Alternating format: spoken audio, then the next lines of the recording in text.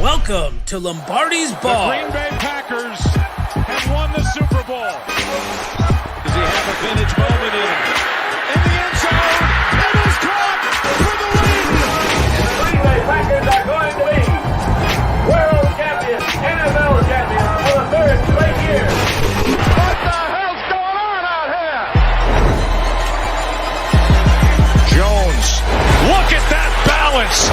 Aaron Jones, see ya. Rodgers, four-man rush, gonna float it down the seam. Adams has it, and he's in. Touchdown, Packers. 2nd and 6. Zadarius Smith. The beat goes on. And welcome in, Packer fans, to another edition of Lombardi's Bar. Thanks for joining us today. Why don't you pull up a bar stool, grab yourself a nice cold beverage, and let's talk some Green Bay Packers football. I'm your bartender, Dan Kotnick, here with you. And we're going to bring on our two guys that are always hanging around here at Lombardi's Bar. Our first guy is this one that everyone knows. That's Jimmy Christensen. Threw his handle up there because he's more Twitter famous than anything else, right, Jimmy? Oh, yeah. People don't like seeing my face. I don't blame them. Yeah, the experience with Jimmy is not a visual one. That's for sure. No. Exactly. Speaking of non-visual, we've got Todd Varney joining us too. Todd, how's it going? I'm doing great. I want to get something out of the way real quick. As Jimmy pointed out after the show last week, and I think you called me out during the show, I was a little harsh on you. I was being kind of an asshole. As I said, we did that Saturday show with Ethan Bacon. You were out. I had to bond with Jacob Westendorf. And it just rubbed off on me, so I apologize for that. However, I expect it full force coming back at me since you and Jacob bonded with your shirts off this weekend, getting tattoos. So appreciate you guys throwing the logo on there. Thanks to all the followers for jumping on and making them get to that spot. Yeah, Jimmy, I don't think we're going to hit my tattoo bet for 20 I'm feeling not. Jimmy, tell us the story. Like, give us the rundown. What was that? What was that like? Well, it started off not great. Because when I was driving to Illinois, I didn't turn my GPS. Every time I've drove to that terrible state, I've gone the same way every single time. So I got on the freeway and I started going. I was like, all right, I'll put my GPS on now. And then second I put on my GPS, like it added like 40 minutes from when I looked it up the other night because I was going the wrong direction apparently. So that started off terribly. Apparently there's another part of Illinois you can go to by going another way. Didn't know that. And then when we got there, I got Five Guys for the first time, so that lifted my spirits. That was delicious. For the first time ever? First time ever. Never had Five Guys before. Rough. So what's it like finally living? It was great. Right? The amount of French fries that are put in my bag. A sack of French fries. I was bewildered. Every time I kept putting my hand in the bag, I was like, more French fries? Like, I haven't reached No. I kept thinking, I was like, all right, that was the last one. But then sure enough, I pulled like 18 more. But it was fun. Like I said to you guys before, so like I got it on my back shoulder right here. And that was all my other ones are my arm. And then the one on my butt. The one on my butt was the most painful until this one. Now this one, I was like, oh, I had to stop. I couldn't flinch because I don't want Jacob to think like, oh, this guy's a puss. So I just stoic. Hurt though. So, wait, is it okay to ask what tattoo you have on your derriere? Oh, absolutely. I have asthma, so I have my inhaler, and it says "Ain't easy being wheezy."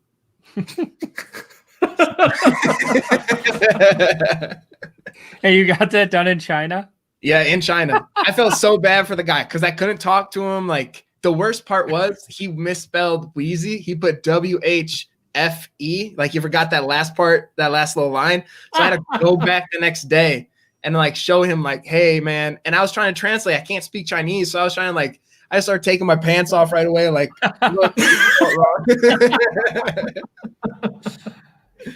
just some American guy coming in and taking his pants off. Do you know how many establishments I've been kicked out for doing that exact same thing? Right. Yeah, I'm surprised I wasn't kicked out of there too. Chinese prison or something.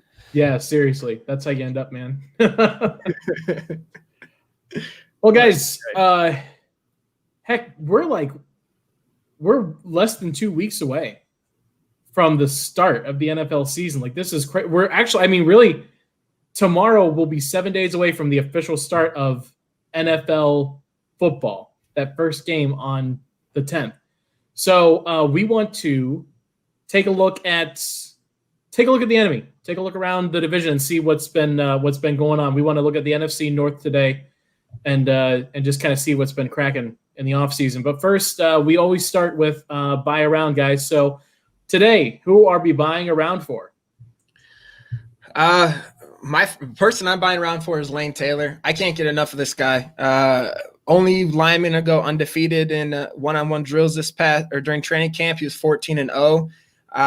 Today, when Billy Turner got hurt, when Rob Demonski put on Twitter, he put right tackle Billy Turner. So that kind of showed like Lane Taylor pretty much did all but solidify his spot in the starting lineup. And to go from an undrafted free agent, starter in the NFL, assumed to be a cut this year, to now earning the starting spot back, like that man, I'll buy him Grey Goose. That's how impressed I am with him. Get the top shelf. Top shelf. Yeah. Lane Taylor. Todd? I'm going to go cousin Devontae just because, the season's almost here. And why not? Just one little, hey, training camp's going good. Hasn't been real big news about him other than the one day he scared everybody with a potential injury. So just, hey, let's hang out. Like I said, we're cousins. Just chill out, grab a drink, and let's vibe. Todd, sorry, go ahead, Jimmy. I was gonna ask, did you see the video of him today? Trying to get back with Rodgers. Yeah. Start him. Screw it. Let's do Michael Vick Madden 04 and just put Devontae at QB. Some little wildcat formations. Oh yeah, going on in there. I wouldn't be upset about that. That's kind of fun. Todd, since we're on this real quick, Zach Thompson wants to know, are you buying around for Blake Martinez after today? No.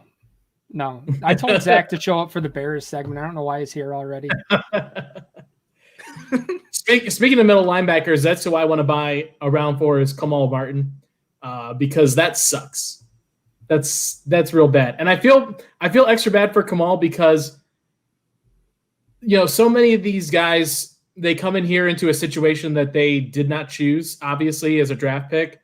And, the big knock on him was injury prone. Can he stay healthy? We've said that how many times this offseason, and every time we talk about Kamal Martin and the projection for him this year. And to get hurt, it's an injury to the other leg that he, didn't hurt in college. So it's not the same one, but, there's still going to be this narrative of him being injury prone or having the injury bug. So it just sucks, especially because, it looked like he was projecting to be probably a day one starter at this point. So give that guy a brew as he's resting there. And you think he squeezes onto the IR this year with the new rules? Oh, yeah. Yeah, I would say, especially if they expect him to be out about 6 weeks, like at that point, you might as well put him on IR and try to bring somebody else in. Yeah. But he had so much hype around him, and he was killing. That's when I read that today, I wanted to throw my phone against the wall. He was living in the backfield, and Matt, I was in a funk for a good 2 hours, just straight depressed after I saw that. Then I dug myself out of it. But like you said, Jimmy, I think I saw you on Twitter was saying it was summertime. Was that you? Yeah. Time for Ty Summers to step up, and he thinks he can do it. So here's his opportunity. Dude, I know we'll talk about it a little bit more, but it's just behind Christian Kirksey, like our linebackers behind him combined NFL snaps were 57 on the defensive side of the ball. And that all came from Oren Burks, who has an injury problem. Like it was already an unproven raw talent depth. And now we lost probably the most potential there. So now we have Oren Burks, who's injured right now. Curtis Bolton, who's still on the PUP list. And now we have Ty. And I think he was my pick this year. I thought he was going to make a splash. So that's all I feel right now is just that noise. Real quick before we move on to pay the tab, here's one for you, Jimmy. We need to see the inside linebacker. Yes. Yeah. So after I saw the Billy Turner thing today, I made a solo video. Probably not my best one, but I made a right tackle one. Aaron, I'm actually sending that to you after I edit it up. And my buddy's coming over on Sunday, and we're doing my inside linebacker tryout if this right tackle thing doesn't work. Yeah, that's it. Dude, you've got to make it on the roster somehow this year. I don't know how I can't. I've shown so much versatility. At least a practice squad. Yeah. Right? If not the captain of this practice squad. Yeah. I mean, you're Jimmy in Christensen, athlete. You're in the state, you're local, like you're like the backup goalie, the emergency goalie that hockey teams have. All right, let's go to pay the tab here, guys. Who needs to pay up here at Lombardi's Bar this week? Who you got, Todd? I'm gonna go Ty Summers. Like we just said, it's his time to shine. He's kind of been overshadowed in camp by Kamal. Oren Burks gets a lot of chatter. I think it's time for Ty Summers to really step up and show us that that's his spot to take. Yeah, I'm with you. I think I don't know who that Facebook user is, but I like it. It's probably like my grandma or my uncle. It's not real until Big B calls you the GOAT, though. Yeah, come on, Big B. Can I be the GOAT Junior? Obviously, I'll let Jamal have it there, but I'll be his little Billy GOAT. Yeah, Billy Goat. Ty needs to step it up for sure, and I think he has the ability to. But going off what you said, the inside linebacker position, my pay the tab is actually Christian Kirksey. He was brought on to be the next inside linebacker, and I'm not saying that he hasn't been performing in camp. There's only been great things about him. Thank you, Big B. He just said baby goat. There's only been good things about him, but now it's just to prove that it was a great idea signing him. He can stay healthy, and he's gonna dominate in the next level. So, Christian Kirksey, your time is up. That's right. I have a little bit more of a general one. CBS Sports, because this made the rounds today, and I don't have it loaded, but you can find it on social media. But this was from Cody Benjamin with CBS Sports, releasing his top pass rushing duos for 2020. There's 10 of them, and none of them are the Smith brothers. Like, Cody Benjamin, who's your weed man? How you smoke so good? Like, whatever you're on, I want some. There's no, they've got Shaquille Barrett and JPP on here. And he only has 9 fingers. Right, exactly. This is, I just can't, there's Daniil Hunter and Yannick Ngakoue. They haven't even played together yet. Daniil Hunter has missed the past, 12 practices. There's a chance he doesn't even play this year. There's a chance, there's rumors he's holding out for a contract. Yeah. And the same with DeMarcus Lawrence and Everson Griffin with the Cowboys. They haven't even played together yet. And you're going to tell me that the Smith brothers, who we saw in action last year, don't make the top 10. I find that insane. Did you see the full rankings? Oh, go ahead. What's that? The full rankings. They had us at 12 behind the Cardinals at 11 with Chandler Jones and Devin Kennard. I never heard of Devin Kennard. Devin Kennard's mom doesn't even know Devin Kennard is in the NFL. Great point. The thing I don't understand is like you said with the Vikings, Ngakoue, he literally just had an offseason where he was tweeting at the owner, just going back and forth. And they were saying Stephon Diggs is off the team for kind of being a bad locker room person. And now you're bringing in someone into an organization who literally argued with the owner on Twitter and who's holding up for a contract. And now it's they're going to be great. Although to be fair, I think you could argue the situations are different because it felt like almost everyone in Jacksonville had a bad relationship with the owner and was trying to get out of there. Jalen Ramsey, it was clear Leonard Fournette didn't want to stay there. This is an organization that rolled out Gardner Minshew as their starting quarterback for a little bit. So it's a great point. If you've got a good relationship with them, I don't really know. I don't know if I can trust your judgment moving forward on things. My favorite part is when he put the Packers at 12. He put the casual fan might think this is high, where everyone's literally no, that's low.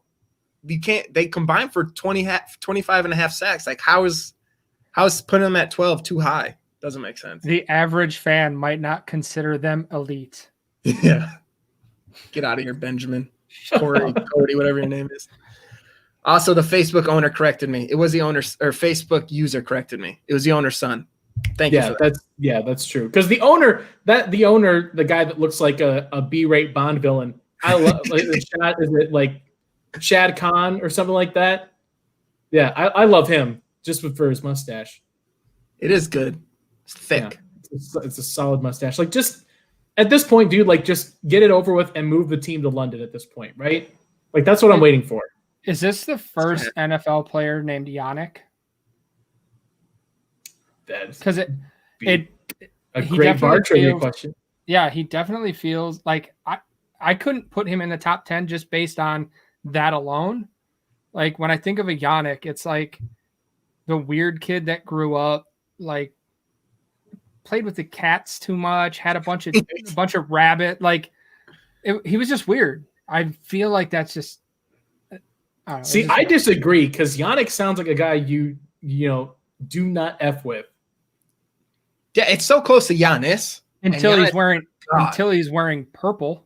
That's true. Then he's a punk. Well, I mean, every time someone goes and wears purple. Speaking of guys in purple, let's switch over to our NFC North preview, guys. We're going to take a look at all three of these teams, figure out which one is going to finish second, third, and fourth in the division. Let's start with, I guess you could call it, I'm not going to call it my hometown, but my local team. I'm literally like 3 blocks away from Ford Field at the moment. The Detroit Lions. It's not fun. So coming into this year, guys, really, I think you could call it a net positive, like what they lose, what they bring in. Because really, you only lose Graham Glasgow, Ricky Wagner, Damon Harrison, and Darius Slay. But Slay they traded away last year, so I don't know if you really even count that in there. But you replace that with Desmond Trufant, Reggie Ragland. They bring in Geronimo Allison too. That's sort of a flip of the coin. But their draft too, like with Jeff Okudah, I love Jeff Okudah, especially as a Ohio State fan, and DeAndre Swift. Like those are 2 really good pickups. So just overall impressions, guys, coming into this year, what the Detroit Lions are kind of showing you. They're gonna miss Darius Slay, like no doubt. He's even with Desmond Trufant and Jeff Okudah.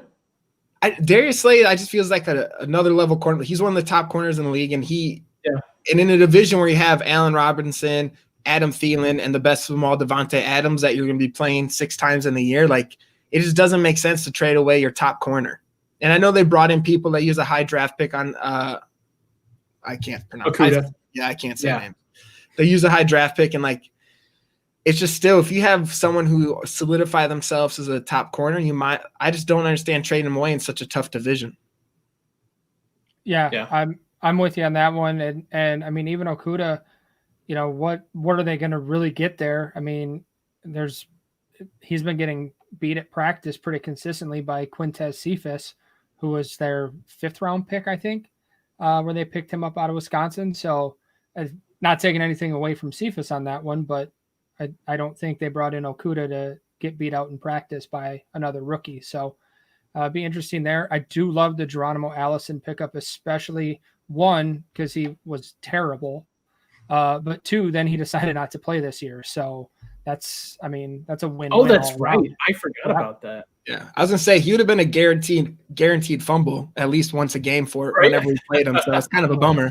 Yeah. I was looking forward to it. Yeah. I was like, finally, the fumble's going to help us.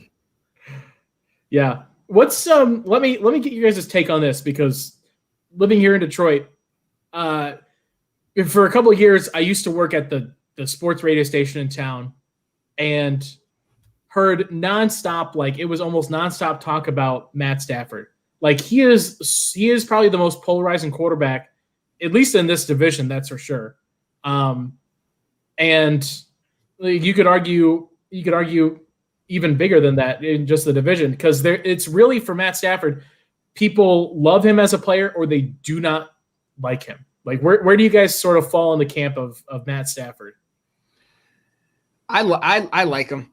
I feel bad for the guy. Like, I just feel like he performs well all the time. He's the only reason they're in games. Like, it's just a bad shake for him. He's on a shitty team, and he's talented. And I just think he doesn't. If he was on a better team, he'd get more recognition. So that's where I kind of feel bad for him. He's just in a bad spot. I like Stafford from the simple fact that he's had, at one point in time, one of the best wide receivers ever on his team. I mean, Megatron was just so physically gifted. Stafford's a great talent at quarterback, and they still couldn't do anything. I love a guy that does that. Great for your fantasy team. He's going to rack up yards and touchdowns for you. It's going to hurt you a little bit with the interceptions. Luckily, you don't get penalized when his team loses. So he's always a fun guy. He's going to go out there and chuck the ball all over the place, but he's never going to hurt you. I always felt so bad for Calvin Johnson. He's like, what is it, like Atlas from mythology that had to just keep rolling the boulder up and up the hill and never could get to the top. Like that was Calvin Johnson. Like, I think I distinctly remember for my 21st birthday, I was at the final home game for the Packers in the 2011 season, the year they went 15-1. Matt Flynn on January 1st throws for 6 touchdown passes against the Lions. Awesome game. But like Megatron had almost 150 yards, and there was a Lions fan there, literally said out loud, like, to Packers fans, like, he's our James Lofton. I'm like, yeah, like that's pretty much it. Like, an unbelievable talent. If he played on any other team, he would be an all-pro or, a first ballot Hall of Famer, probably have a Super Bowl ring, but he plays on a terrible team, or really just a terrible organization. Yeah. I was going to say, I think it definitely goes beyond the team thing. I think it's just poorly run. Yeah, is it possible to have, and Dan, you might, being in Detroit, probably have more interactions than Jimmy and I. Is it possible to have a conversation with a Lions fan without them bringing up Megatron or Barry Sanders? Like, those are their only bright spots. Barry Sanders for sure. Yeah. Like, I mean, they worship at the altar of that man. Like that's the only bright spot. And it's funny because I get like both sides of it, because I see people here in Detroit that talk about, seeing all these great games of Barry Sanders. And then I come to my side of the family, and like one of their favorite stories to tell is going and seeing the Packers hold Barry Sanders for -3 yards. And so like he's everybody's like favorite player to tell stories about, and it's one way or the other. And that's like, Detroit's just a place for pro careers to come die, right? Like absolutely. That's Do you want a real quick fun fact before we move on and fun facts. Jump off the Lions? The Tampa Bay Buccaneers have won the division more recently than the Lions. I love that fact. I love it. I love throwing that in the face. Eddie, he's usually in the comments. Eddie T. He said he wasn't going to make it tonight. He's watching the Bucs, and he was screaming earlier, so he probably won't be around, thankfully. But he told me that earlier, and I had to fact check him, and that's fantastic. Oh yeah, that's really good. Okay, before we move on to the next team, guys, let's finish off the Lions with a little who do we hate the most? Who do we hate the not as much? So who do we hate the most on the Lions, guys? Who do you hate? I have to go with Matt Patricia. I can't stand that man. He just went to, I don't know. I think part of it was I actually had a little bit of hope for him as a head coach leaving the Patriots, but then it's also forgetting that like Bill Belichick really just ran the defense for him. And he was just kind of a face. Right. And then just the story that's come out about him just being an absolute dick to his players. Mm-hmm. Like Darius Slade, your best player, and you're trying to check him right away. Like, that's someone you probably want on your side. Like, that's not someone you want to get pissed off at you. And then somehow he's still a head coach. I don't understand that. Matt Patricia, I thank you for being the head coach, because it's almost a guaranteed 2 wins, even though it was close last year against you guys. But he sucks. They have a pencil in his ear. Like, yeah, he doesn't know how to write. They have a gift for having coaches that are very punchable. Yeah. Like Jim Schwartz. But Jim Caldwell, like before Matt Patricia, like I don't think he was punchable. He looked kind of comical. Like he just looked always lost. He looked like he wanted you to punch him and put him out of his misery. Like, well, he was someone come Lions knock me out. I'm done with this. I embrace death with a sweet embrace. They did have an offensive coordinator. What was Jim Bob Cooter? I like that guy. You just liked his name. I could not stand 100%. I loved his name. I hate it because like every NFL broadcast, like, oh, they're Jim Bob Cooter. I know. I laughed every time too. Like, what a terrible name. Todd, who do you hate the most? It's got to be Marvin Jones. He's the only person on that team that has had a game against us, and it feels like he only has games against us. I hate him. I don't want him on the field. I was going to put him down for the same exact reason until I saw you did. I was like, oh, damn it. I was too late to the chat. Going full circle here with our Lions talk. I hate Matt Stafford. I know. But you want to talk about punchable faces. Like Matt Stafford has a punchable face. I cannot stand seeing him. Like every time he throws his little temper tantrum on the field, like he still looks like he's 12. So maybe that's what it is. But I cannot stand Matt Stafford. And real quick, before we move on to the next team, how about this? From Argentina. Hey, there we go. Oh, all right. I love it. Worldwide. Yeah, it's pretty cool. Mr. Worldwide. That made my day. That's awesome. That was cool. Awesome. But some breaking news. Leonard Fournette is a Buccaneer. Wow. Yeah. Breaking news. Jimmy, right here on the show. Yeah. Adam Schefter, 1 minute ago. Is it for real Adam Schefter? Is it for real Adam Schefter? Yeah, it's got a little check mark. Is it a real check mark though? Yeah. He's getting bamboozled, man. No, yeah. 7.8 million followers. All right. All right. Yep, he's a Buccaneer. Leonard Fournette, a Buccaneer. So the Buccaneers are just going to become the Patriots of the NFC now, right? Brought in Tom Brady, you bring in Rob Gronkowski, and then every like little free agent move that they could possibly make to get better, they're going to pull it off somehow, right? Yeah, not worried. Let's sidetrack for a second here, real quick. Leonard Fournette, Tom Brady, Mike Evans, Rob Gronkowski, Godwin, and Godwin. Like, does that makes them a contender, right? At least. How many games does Gronk play? Oh, they save him towards the end of the season, but then they also have OJ Howard and Cameron Brate. So it's not like they don't have depth there. Right. Yeah. He's got to be on some kind of pitch count, but that's crazy. But hey, had he played by Leonard Fournette to stay in state and not have to get a new driver's license, handle all that stuff. You're pretty. How far income tax? You get to play in a pirate ship. Like, there's a lot of good things. I'll admit the pirate ship does it for me. I really like the pirate ship. So do I. It's pretty badass. Yeah. Lambo should just turn into a giant cheese thing. Like I want Lambo to like a cheese head. Todd, I saw your face. Never change Lambo. Stop it.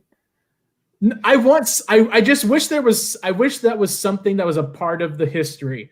Was that there was something cheesy or campy like that we could appreciate? But it's like sometimes it gets treated like a cathedral too much.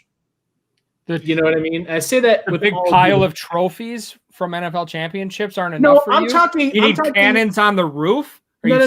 I'm talking more like I'm talking more like Herb and Ethel Wojnarowski or whatever from Appleton that come in there and yell at you for standing up to cheer on a second down. Like that's what I hate. Like we should football game. Dan, you and I, Todd, you can see yourself out because of your poor attitude. We can just start a Packers bar real close to the Lambeau Field, shaped like a cheese head. Obviously yellow. Yeah. Little holes in it. Boom. $1 million idea. And Todd? Worlds a turn on such thoughts, my friend. Yeah. Worlds a turn. All right, let's talk about the Bears here now, guys. Unfortunately. It just gets worse from here on out. The Bears making a a few surprise, they're surprising this year. I think they're going to do something with Nick Foles, Tashawn Gibson, Robert Quinn, Jimmy Graham again. Like I don't know where you call it what you call that out of there, but you lose Clinton Dix. I don't really consider that much of a loss. At this point, Amukamara is gone, and so is Leonard Floyd. So what do we see out of the Bears this year, guys? I think we're going to see the same thing as last year. Like they have Mitch Trubisky as their quarterback or Nick Foles. If Nick Foles in there, it's a little level up, but Nick Foles, I think, is just a product. When he won the Super Bowl, he was in a great he was in a great system. I don't know.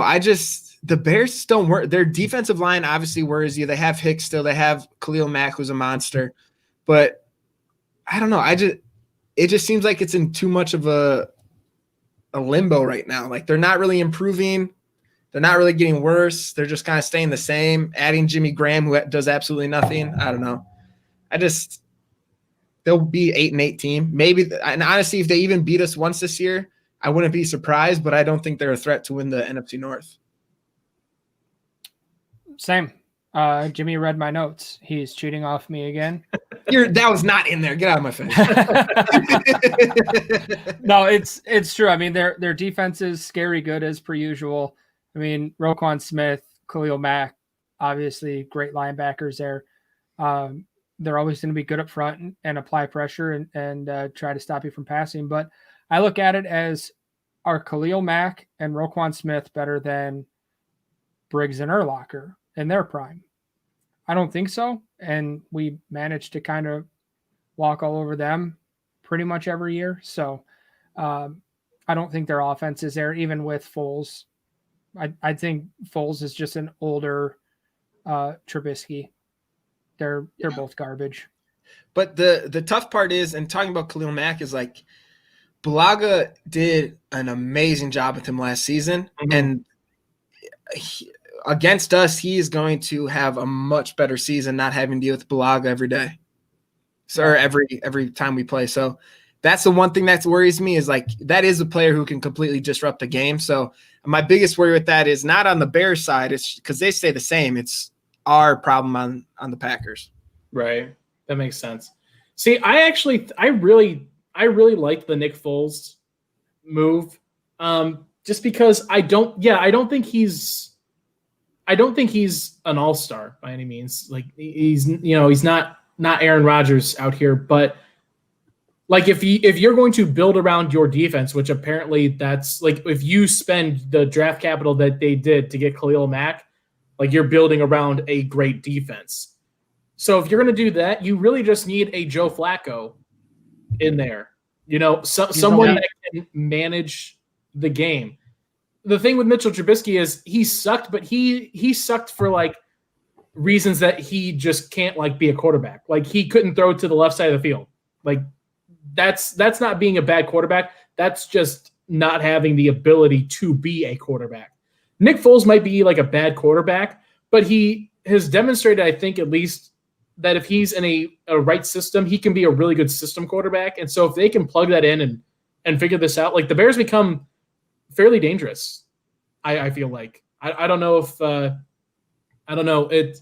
There was talk about Leonard Fournette actually before this all broke that he would go to the Bears. I'm kind of surprised. Like the running back situation in Chicago is a little funky, a little iffy. Yeah, I think it's crazy because 2 years ago that was like one of their strengthts. Well, I think that Montgomery, his injury wasn't as serious as they thought. So I think that's the main reason why they didn't bring sorry, I just saw Jacob's comment. What a dick. That's why they didn't bring him in, is because Montgomery's only going to miss a couple weeks. He might even be healthy for week one, like not 100%, but able to play. Tariq Cohen's a good change of pace guy. And who do they sign? They signed another backup last season. Mike Davis? I don't know. I'll look it up, but I don't know. If we were good at our jobs, we'd know. Yeah, if we were, I didn't know. Yeah, if we were good at our jobs.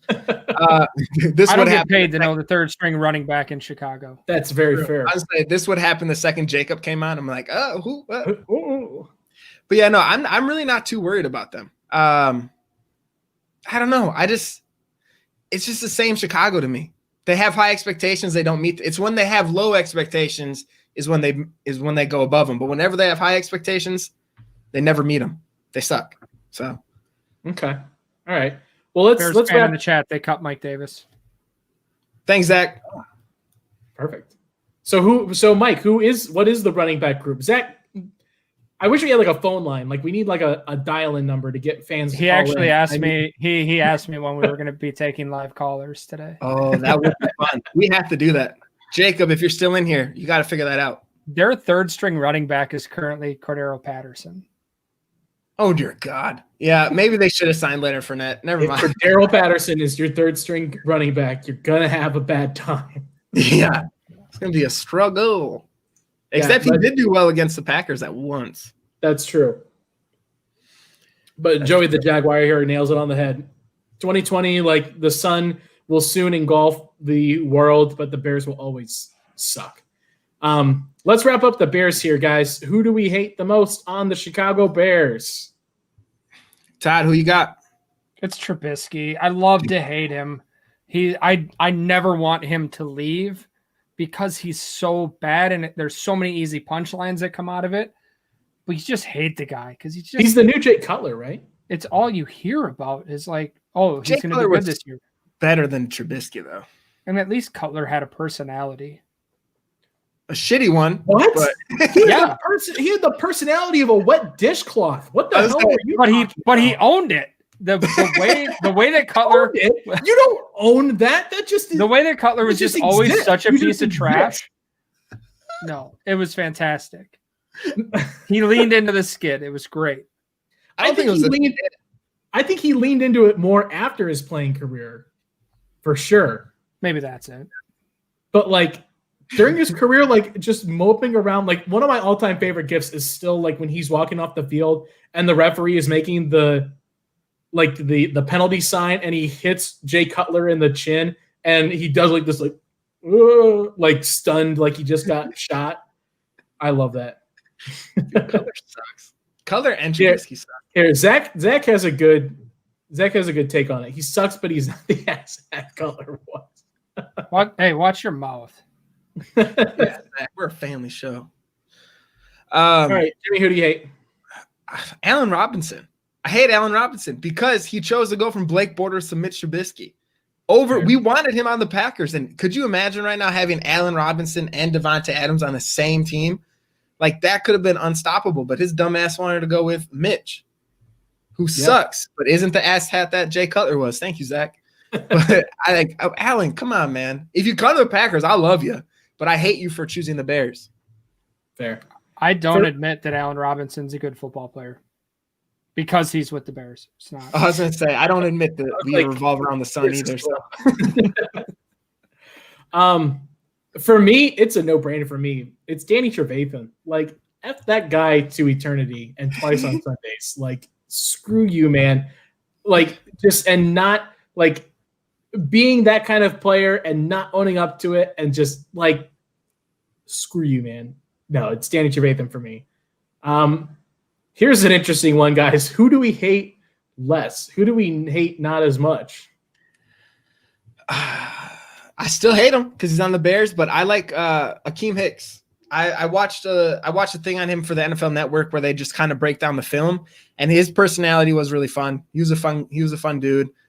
Just breaking down his film, giving some tips to the run defense that he would do and stuff like that. So he's entertaining to watch for an hour. So I liked him. His personality kind of made the show entertaining, but he's still on the Bears, so I hate him. Okay. Todd? Jimmy Graham. I'm just kidding. I hate that guy. Khalil Mack. I know a lot of Packer fans kind of leaned on him wrong, but he didn't choose to go to Chicago. That's where he got traded to. I know we all, wanted him to end up in green and gold, but just watching him play, as long as he's playing against anyone besides us, or when he's playing like he did against us last year, he's fun to watch. I mean, the guy's just an absolute beast. That first game against us back in 2018, I mean, he just literally took over the game, which to see that from a defensive player is scary. It's a ton of fun to watch. But yeah, and I love him because he's a good MAC kid.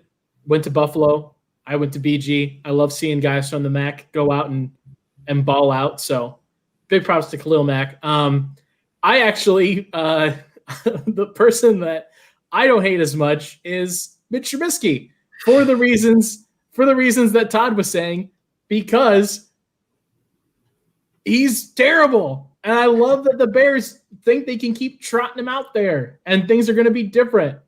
Like that's what I love. That's why I was really concerned when they brought in Nick Foles, because I was like, damn, like I never considered the Bears like that big of a threat because of Mitchell Trubisky. Because like he'll always find a way to Mitchell Trubisky it.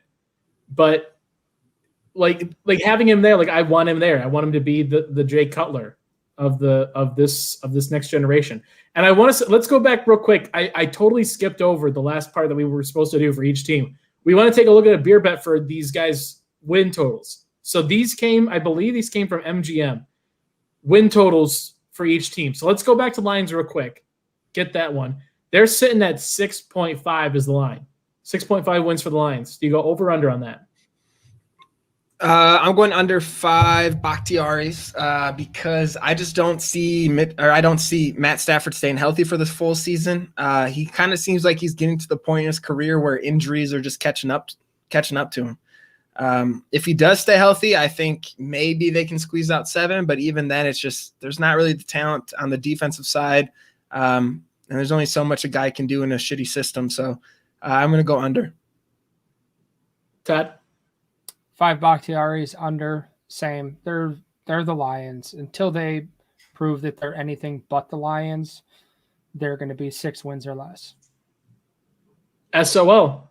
That's the thing. Same old Lions, man. I'll go under 2. I'll only go 4 Bakhtiaris here because I think it's so hard to predict these kind of things, and it's so right on the line for what the Lions, can do. But 6 just seems like 6 seems like the ceiling for them. Like if this line was at 5, I would probably be more inclined to go over. But 6 seems like that's the max amount of wins, because you think 3 division wins maybe at the most. Like that's the most liberal estimate for them. I just can't see them combining 6 wins together. Let's do the same for the Bears real quick, and we finish off that group. They're sitting at 8 wins. That's the line for them, 8 wins. So the Bears over under 8-8 this year. Damn it. Todd, I'm going to let you go first, man. I don't know. That's a tough one. I think I'm going to go over. I'm looking at their schedule, and I mean, no.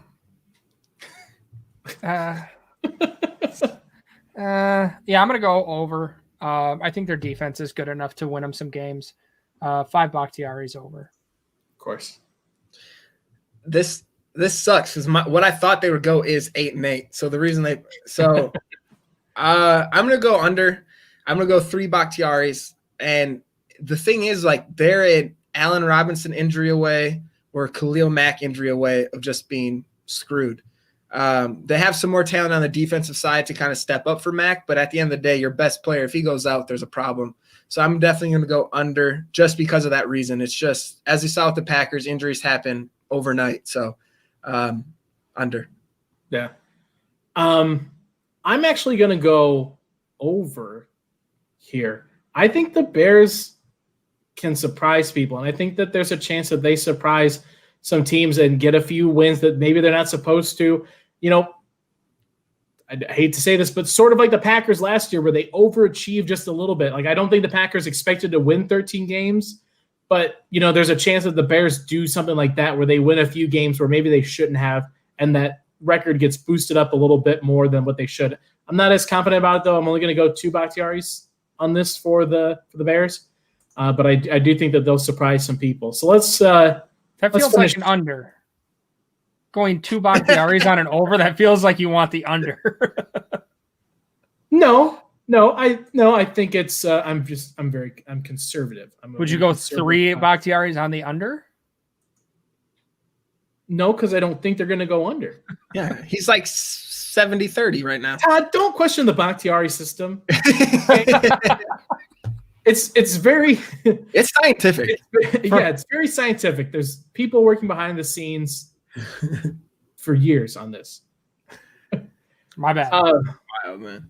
All right, let's talk about the last one here, guys. The Vikings, of course. Add a lot of pieces. Michael Pierce, Tajay Sharp, obviously Ngakoue. We talked about that. A really good draft for the Vikings with Justin Jefferson, Jeff Gladney, and Ezra Cleveland, I think. But lost some pretty big names as well. Trey Waynes, Linval Joseph, Everson Griffin, Xavier Rhodes, and Andrew Sendejo.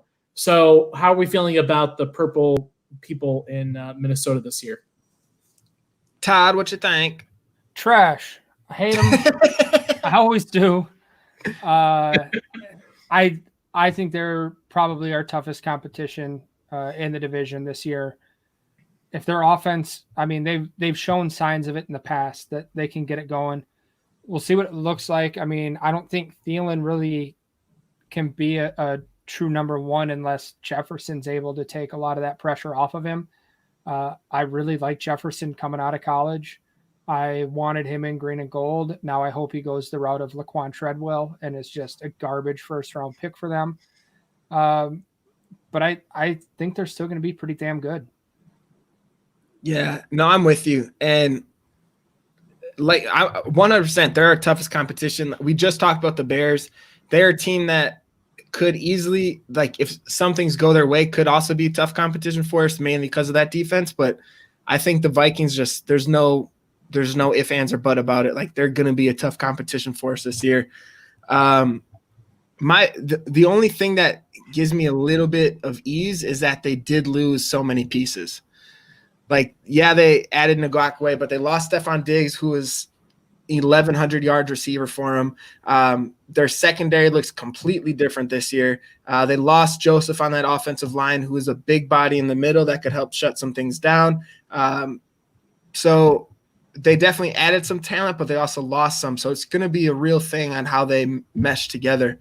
But it's going to be interesting to see Justin Jefferson step up, because if he can play even a little bit like Stephon Diggs and have that production, like, it's a super dangerous team. But I don't know. They're going to be tough, but the lost pieces give me a little bit of hope. See, I go the other way. Again, I think the Vikings are going to underperform this year. I think the last couple years they've been trying to hold that group together with, like, ever since Kirk Cousins came in, they've been trying to hold that group together with paper clips and rubber bands. They just keep losing piece after piece after piece. Like, that defense that secondary used to be great. Outside of Harrison Smith, I don't think I could name a guy. I just looked it up and I can name them for you because I'm looking at it. And I promise you, I've never heard of Mike Hughes, Holton Hill, or Anthony Harris. I don't know who they are there, but that's who they've got slotted in there. That's going to be their weakness. And I think that's, you're onto something there. They could definitely underachieve if those guys play to this status of we don't know who they are, and they can get exposed, especially, you've got Stafford, you've got Rodgers, Chicago. They could definitely get exposed and get beat up a lot. Now, if their front seven can make some noise and put some pressure on and alleviate, the need for those defensive backs to actually do their job for an extended period of time, that could make them really stand up there. Not to step all over your toes there, Dan. No, you're fine. And the thing is, for me, honestly, one of the biggest things for me is that offensive line for them. Yeah. And Aaron hit it around the head. The Smiths are going to eat week 1. They eat every single time they play the Vikings. Like, Kenny talked about it when we talked to him. Like, I have no faith in that offensive line. And I don't think Mike Zimmer has been able to figure out how to work this offense really well. Like, he finds spurts because he's got Dalvin Cook and had Stephon Diggs. Like, so it's fairly easy to try to make something work at times with those guys back there. I can't see them being consistent enough to be any kind of threat. And I really think that people are giving them a lot more credit than what they deserve this year. I think it's going to be a significant drop off for the Vikings this year. And the thing with Dalvin Cook too is like he's been in the league 3 years now, and he's only been healthy for one of them. So it's not like he's proven that he can really be a sustainable. He had a healthy season last year, but can he be a sustainable workhorse like that? Like that's the first time they've done it for him. Now this is going to be the second season of having wear and tear on that body. Like it could easily break down it like it did season 1 and season 2 of his career. So he's a very talented back, but he has a lot to prove still. Yeah.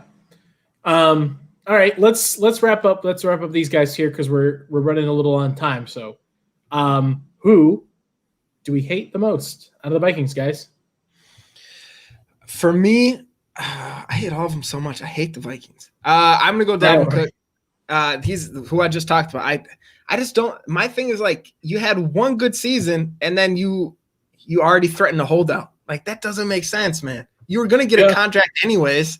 Like if you're really confident in your body and what you can do and perform again, come back and earn a bigger contract.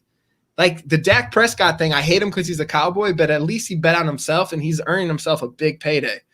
Like someone holding out just makes me think like, I know injuries are a part of a game, but there has to be that little doubt in their mind where like, well, maybe I can't do that again. And that's why they're holding out. I don't know. It's just, that just pissed me off. It's like, dude, you had one good year. Don't do that.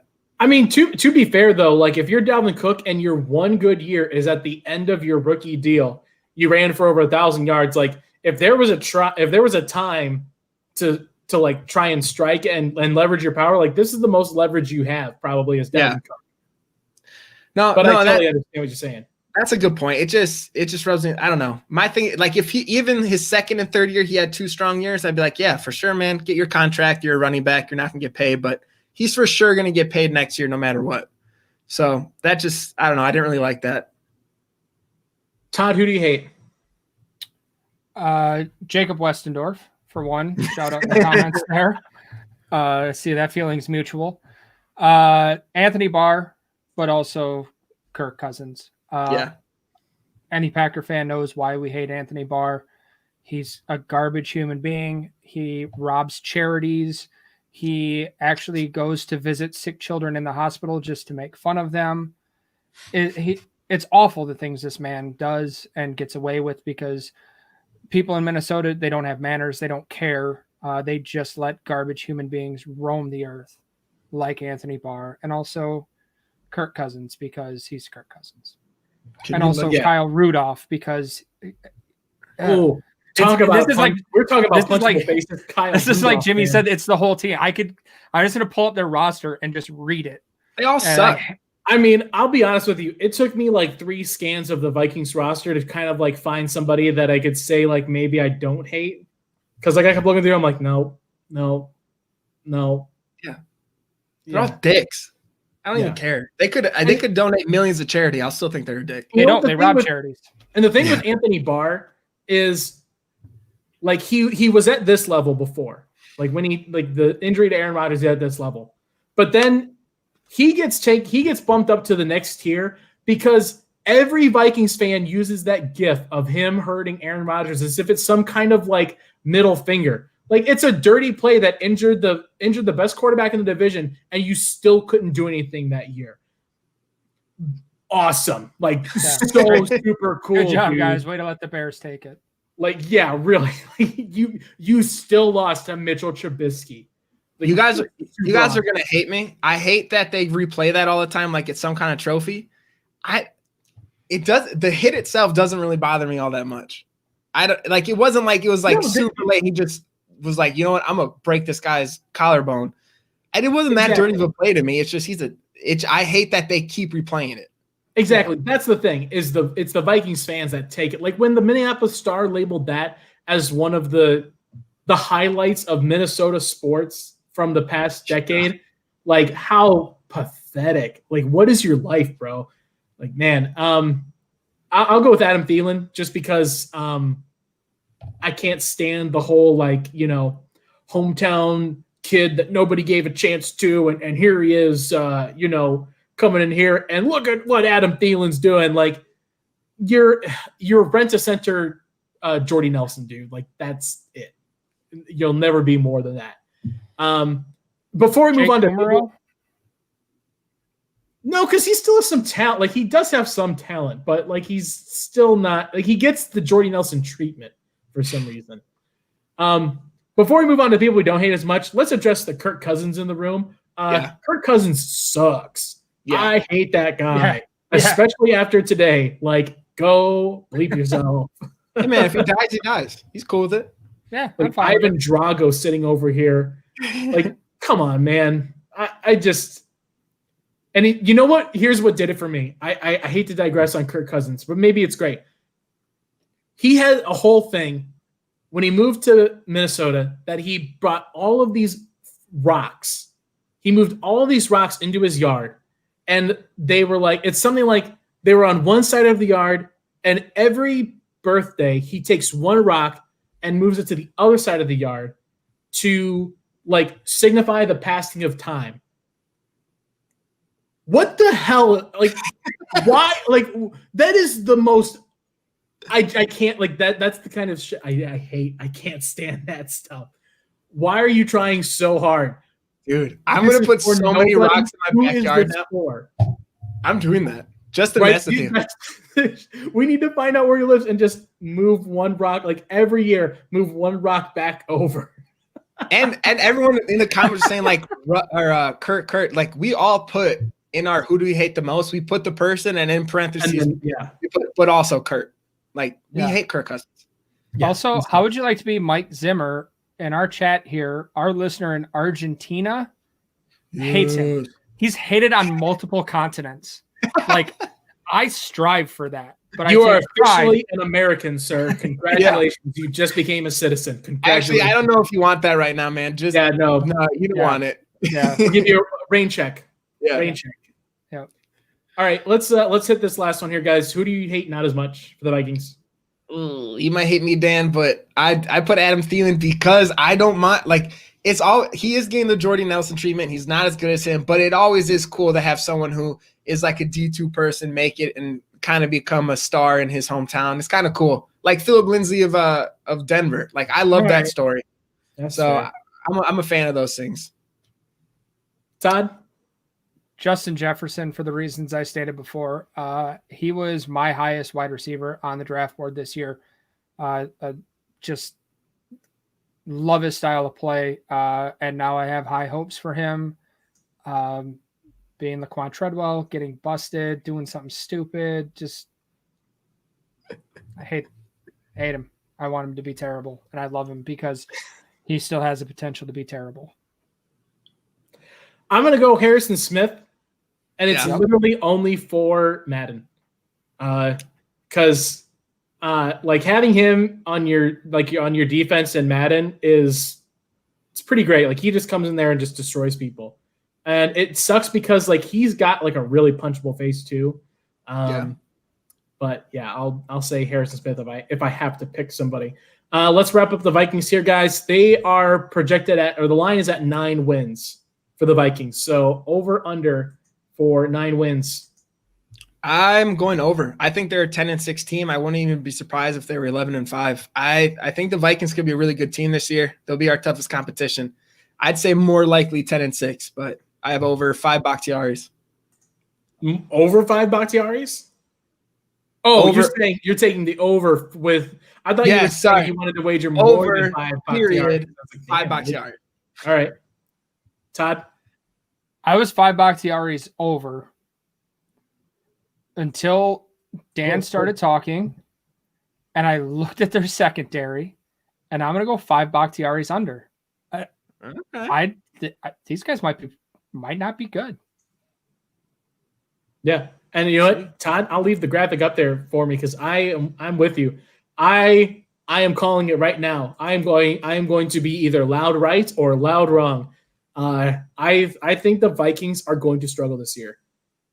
Kirk Cousins already. I feel like Kirk Cousins. It is underrated how terrible of a relationship he has with his team. Like, you see him on the sidelines, he does not have a good relationship with this team. And I think it's going to boil over this year when they start to suck. All right, guys. And real quick, let's have this be at the end of the season. Well, if I'm right, you line up 5 beers and you got to chug them. If you're right, I'll line up 5 beers and I'll chug them. Done. Yeah. All right, good. Let's guys, I think we're running close on time here. So we'll skip these other beer bets and let's just look at the Packer NFC North record. Our last beer bet here, just record against the division. So what do you think? Last year, obviously, we saw a sweep. It wasn't pretty at times. In fact, it wasn't pretty almost all of the time. But still 6 wins. Where do they end up this year? I think I'm going to go 5-1. Division matchups are always really close. It's just that extra little rivalry game that you wake up for and you have an extra energy. But I think the Vikings are going to beat us 1 week. Just not week 1 though. But I think they're going to get it. Actually, no. I think we sweep the Vikings. I'm gonna go 5. One of those teams. I don't know. It's 5-1. I'm gonna give a rivalry game to somebody, but I think we go 5-1 this year. But not the Vikings. I'm confident we play the Vikings. I don't know. My brain's in shambles right now. I'm confused. You're killing it, man. You're doing great. Yeah, I'm doing great today, guys. I'm stressed. Todd, what do you think? I really want to go 4-2. Again, Dan, you talking about the Vikings. Jacob must have joined us late because he's pointing out that their line is trash, which we discussed. Yeah. Thanks for the cliff notes there. I'm going to go 5-1, 5 Bakhtiaris. I think the Bears might sneak one from us. That defense is good. Yeah, Todd, you literally just said everything I was going to say, so I'll just copy and paste your response. I think they sweep the Vikings and Lions. I think the Bears probably take one, at least. Which I didn't realize until looking at the schedule again this year. Like, how weird is it that they don't play the Bears until week 12 for the first time? That is crazy to think about. Uncomfortable. I don't like it. Yeah, I don't like that either. I don't. It kind of gives me the willies. Yeah. Thanks a lot, Roger. I like this one. Bears win week 17 when Tim Boyle starts. Because they're resting. Well, what's your beef with Boyle? Except for Tim Boyle comes out and pulls a Matt Flynn and throws 6 touchdown passes. Yeah. Yes. All right, guys. Go ahead, Jimmy. You got something? I was gonna say I was so confident on the Vikings thing, Dan, and you convinced Todd, and now both of you guys are convinced. Now I'm starting to get convinced. So I had to sound like a damn idiot when I was trying to say 5-1 later. I'm weak. I can be bullied. Don't take it personal. I just swing where the majority is. All right, guys, that does it for us here at Lombardi's Bar. Thanks again for joining us today. Guys, where can people scout you out and find all your stuff? What's going on with you this week? You can find me at Jimmy_C08. I am going to have a piece out for Game On every Monday, and then I'll be on some Sunday shows, pregame, postgame for the Packers and stuff. So you can find me there. Also, I write for Packer Report, so I'll have an article out for that once a week. And I mentioned, I think on the last I did Pack Day right before this, so I forget what I mentioned where, but I did a right tackle video. I might have mentioned that in this too. So that'll be out this weekend, doing linebacker Sunday. So it'll be good. Watching my tryouts for the Packers. Nice. Todd? Find me on Twitter, on Instagram at the Todd V. We're almost to 400 followers. So it's been a month? Yeah, something like that. I don't know. I've gotten like 6. I appreciate it. I'm pretty sure they're all bots too. Are they asking you to see pictures of them at like some weird URL? Just my feet. I don't know. That's weird. No, I'll have an article out every Friday morning on GameOnWI.com. Nice. I'm on Twitter as well at DK All the Way. I'll have a Pack a Day podcast episode dropping on Tuesday.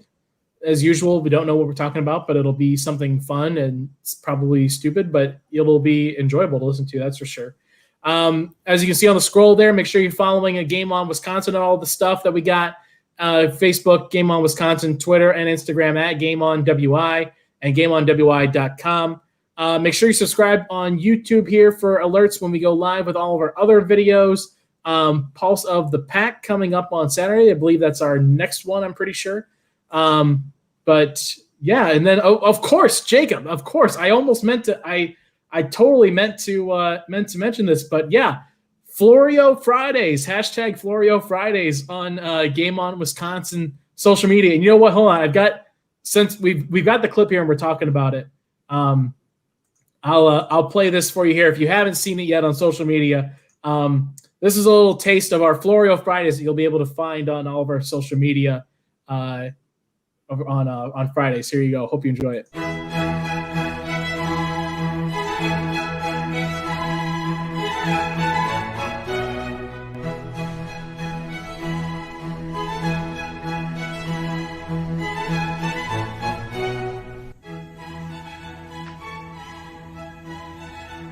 Aaron Rodgers makes a kid cry.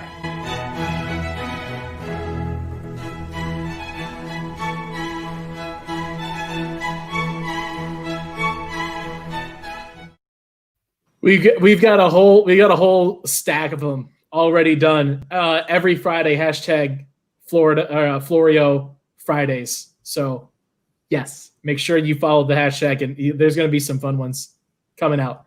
And also, since I'll promote this too, at DK of the Way, if you've got one that should be a Florio Friday, hit me up because I love doing those. So, and yeah, Tom Grassi, we need to put together a draft list, I think. I have these right here. What are you drinking today, Jimmy?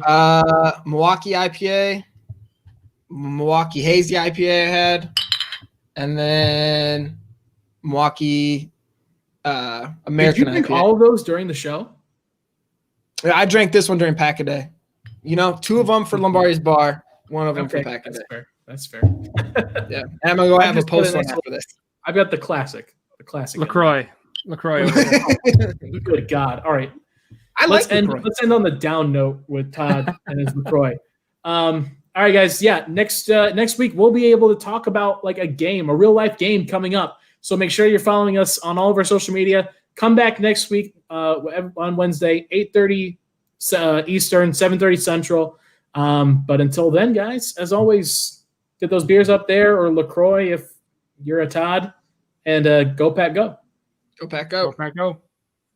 Hope mine's up.